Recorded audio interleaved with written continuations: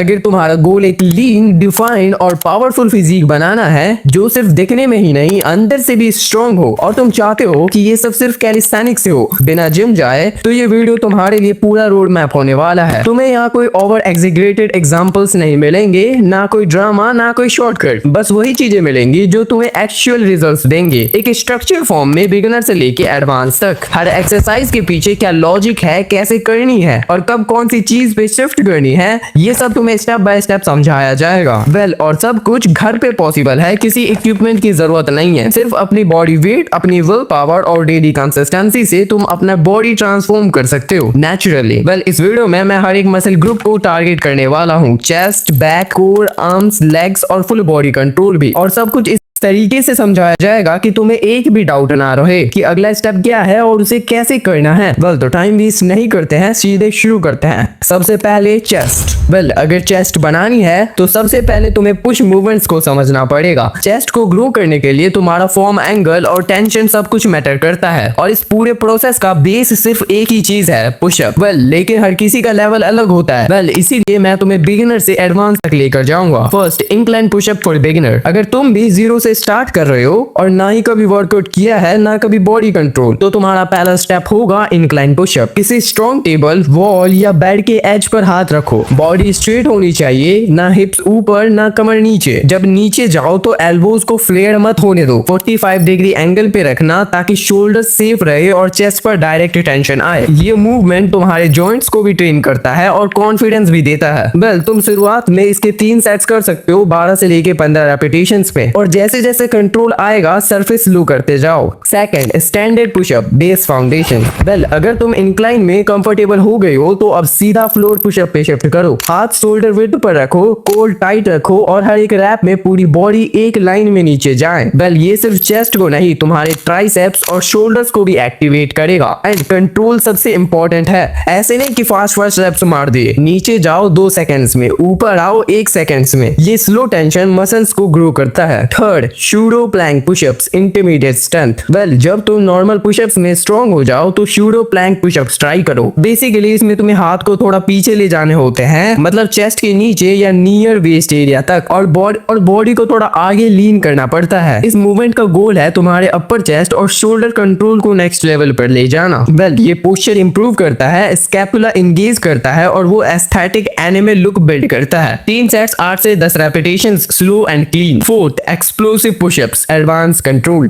अब तुम्हारा form strong है, जॉइंट्स रेडी हैं, तो पावर बिल्ड करने का टाइम आता है। एक्सप्लोसिव पुशअप्स जिसमें तुम ग्राउंड से अपनी बॉडी को पुश करते हो फोर्सफुली, चाहे क्लैप करो या बेसिक एक्सप्लोसिव पुशअप। फोकस सिर्फ एक चीज पे होना चाहिए, कंट्रोल व्हाइल लैंडिंग। अगर लैंडिंग हार्ड हुई है या फॉर्म ब्रेक हुआ तो एनर्जी वेस्ट जाती है और इंजरी का चांस भी बनता है। तो जब तक तुम्हारे 10 से 12 कंट्रोल स्टैंडर्ड पुशअप्स कंसिस्टेंट नहीं हो जाते तब तक एक्सप्लोसिव मत शुरू करना। मैं तुम्हें फिर से रिवाइज करवा देता हूँ। अगर तुम 0 पे हो तो इंक्लाइन पुशअप से स्टार्ट करो। बेस बनाना है तो स्टैंडर्ड पुशअप से। चेस्ट प्लस शोल्डर शेप लेना है तो शूडो प्लैंक। पावर बिल्ड करनी है एक्सप्लोसिव पुशअप। तुम्हारा चेस्ट स्ट्रक्चर इसी फ्लो में डेवलप होगा, क्लीन, नेचुरल और डिफाइंड। अगर तुम फॉर्म पे ध्यान दोगे तो रिजल्ट्स गारंटेड हैं। लेकिन आगे बढ़ने से पहले मैं तुम्हें बताना चाहूंगा कि अगर तुम स्किनी हो और तुम्हारा वेट गेन नहीं हो रहा, इवन तुम जिम भी जाते हो और क्रिएटिन भी लेते हो, तो ये क्लियरली एक साइन है कि तुम्हारी बॉडी को जितनी कैलोरीज और प्रोटीन्स चाहिए उतना नहीं मिल रहा। एंड ऑल्सो हाई मेटाबॉलिज्म या पुअर एपेटाइट की वजह से कई लोग अपनी कैलोरीज रिक्वायरमेंट डाइट से पूरा नहीं कर पाते, और जब बॉडी को सही रेशो में कैलोरीज, कार्ब्स और प्रोटीन नहीं मिलता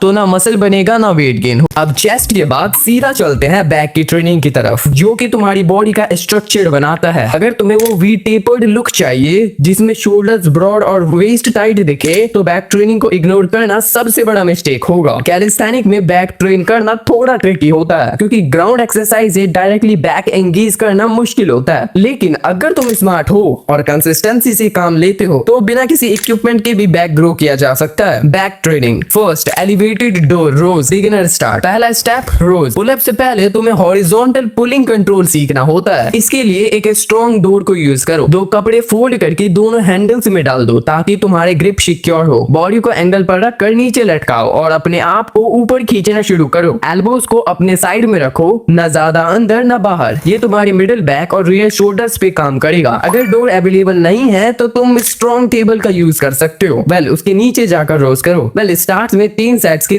8 से 12 रेपिटेशंस करो। फोकस सिर्फ एक चीज, हर रैप में फुल रेंज और control. Second, negative pullups. First, pulling strength. जब तुम रो में कंट्रोल बना लो तो अगला स्टेप होगा पुलअप प्रिपेयर करना। लेकिन डायरेक्ट पुलअप ट्राई करने से पहले तुम्हें नेगेटिव पुलअप्स करने चाहिए। किसी बार या डोर फ्रेम पर जंप करके ऊपर पहुंच जाओ, फिर धीरे धीरे नीचे आओ 4 से 5 सेकंड्स में। ये मूवमेंट तुम्हारे लैट्स, बाइसेप्स और स्कैपुला को लोड करना सिखाते हैं। बिगिनर्स के लिए एक गोल्ड की तरह है। अगर तुम डेली 5 से 6 नेगेटिव रैप्स करते हो तो तुम्हारा पहला पुलअप आसानी से अनलॉक हो जाता है। Third, standard pullups, foundation movement.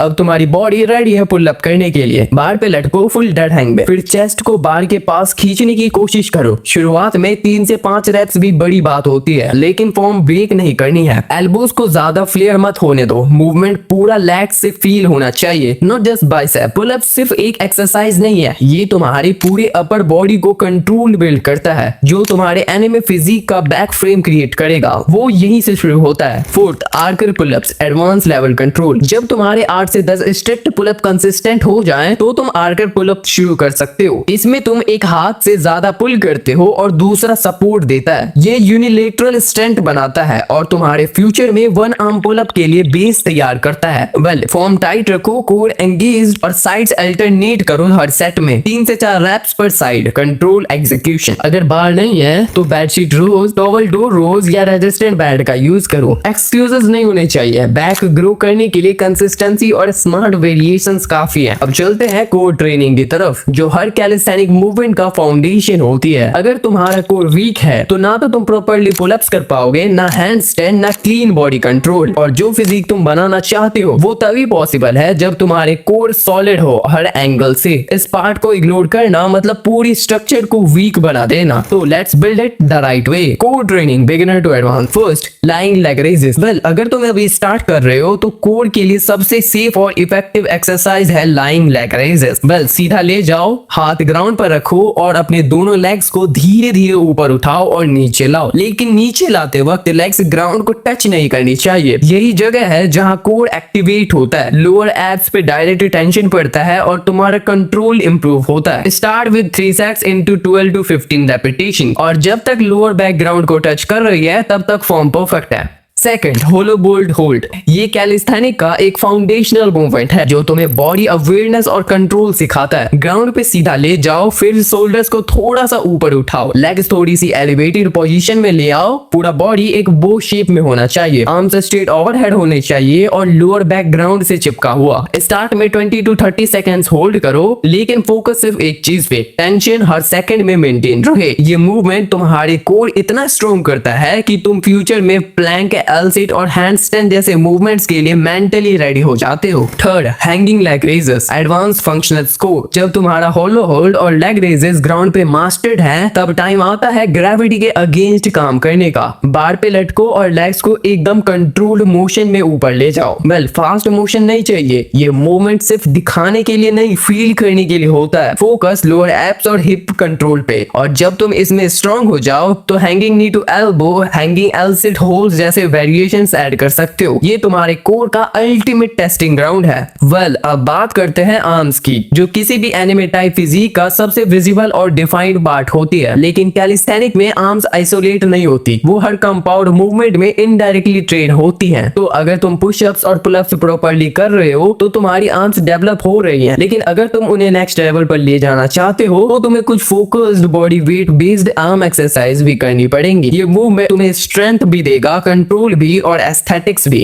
Arms training, calisthenic beginner to advance. First, close grip pushups. अगर तुम स्टैंडर्ड पुशअप्स में कंफर्टेबल हो तो क्लोज ग्रिप पुशअप इंट्रोड्यूस करो। हाथ को चेस्ट के नीचे रखो, इतना क्लोज कि थंब्स टच हो सकते हो। एल्बोस को साइड में जाने से रोको और जब तुम प्रेस करो तो फील करो ट्राइसेप्स की कॉन्ट्रैक्शंस को। ये मूवमेंट तुम्हारे इनर चेस्ट और ट्राइसेप्स दोनों के लिए पावरफुल होता है और कंसिस्टेंट प्रैक्टिस से तुम्हें क्लीन डेफिनेशन मिलती है। Start with 8 to 12 rape, clean and slow form. Second, isometric hold. Arms build करने के लिए टेंशन होल्ड बहुत जरूरी है। ये तुम्हारे मसल्स, एंड्योरेंस और कंट्रोल दोनों को बिल्ड करता है। ट्राई करो top pushups hold 20 to 30 seconds के लिए and half rep hold pushup या पुल अप पोजीशन में 90 डिग्री पर रुको। पुलअप्स करते वक्त बार के ऊपर चिन ले जाके होल्ड करो। हर होल्ड में फोकस है आर्म्स पर पूरा लोड डालना विदाउट शेकिंग। ये होल्ड्स तुम्हें मेंटली भी स्ट्रॉन्ग बनाते हैं और तुम्हारे बाइसेप्स प्लस ट्राइसेप्स को एक्सप्लोसिव स्ट्रेंथ देते हैं। नेक्स्ट, चिन अप्स और बाइसेप। अब बाइसेप्स की बात करते हैं। जब तुम पुल अप्स करते हो तो वाइड ग्रिप मेनली बैक के लिए होता है, लेकिन चिन अप्स जिसमें हाथ अंडर हैंड ग्रिप में होते हैं वो तुम्हारे बाइसेप्स पे डायरेक्ट टेंशन डालते हैं। चिन को बार के ऊपर ले जाओ, फॉर्म टाइट रखो और एल्बोज को पूरा स्क्वीज करो। Slow reps, deeper bicep activation. और अगर चिन अप्स में स्ट्रॉन्ग हो गए तो आर्कर चिन अप्स या one arm assisted chin ups भी ट्राई कर सकते हो। अब चलते हैं लेग्स की ट्रेनिंग की तरफ, जहां सबसे ज्यादा लोग शॉर्टकट लेते हैं। पर अगर तुम एनिमे जैसे बैलेंस्ड फिजिक चाहते हो तो अपर बॉडी के साथ लेग्स भी उतना ही स्ट्रॉन्ग, मोबाइल और डिफाइंड होनी चाहिए। सबसे इंपॉर्टेंट बात, कैलिस्थेनिक में तुम लेग्स को ओवरलोड नहीं कर पाते डंबल्स की तरह, तो तुम्हें रेंज, वॉल्यूम और एक्सप्लोसिवनेस का यूज करना पड़ेगा। यहाँ कोई एक्सक्यूजेस नहीं चलेगा। Let's build legs that don't just support you but command respect. Legs training, calisthenic, beginner to advance. First, body weight squats. मुझे नहीं लगता मुझे इसके बारे में बताना चाहिए, यू नो कि इसे कैसे करना है। Just starts with 3 sets into 15 to 20 clean rep. Second, wall sit. ये तुम्हारे लेग्स के लिए ब्रूटल टेस्ट है। एक वॉल के अगेंस्ट पीछे से चिपक जाओ और नीज को 90 डिग्री पर लेके जाके बैठ जाओ जैसे इनविजिबल चेयर पे हो। आर्म्स को साइड में या चेस्ट पर अब रहो।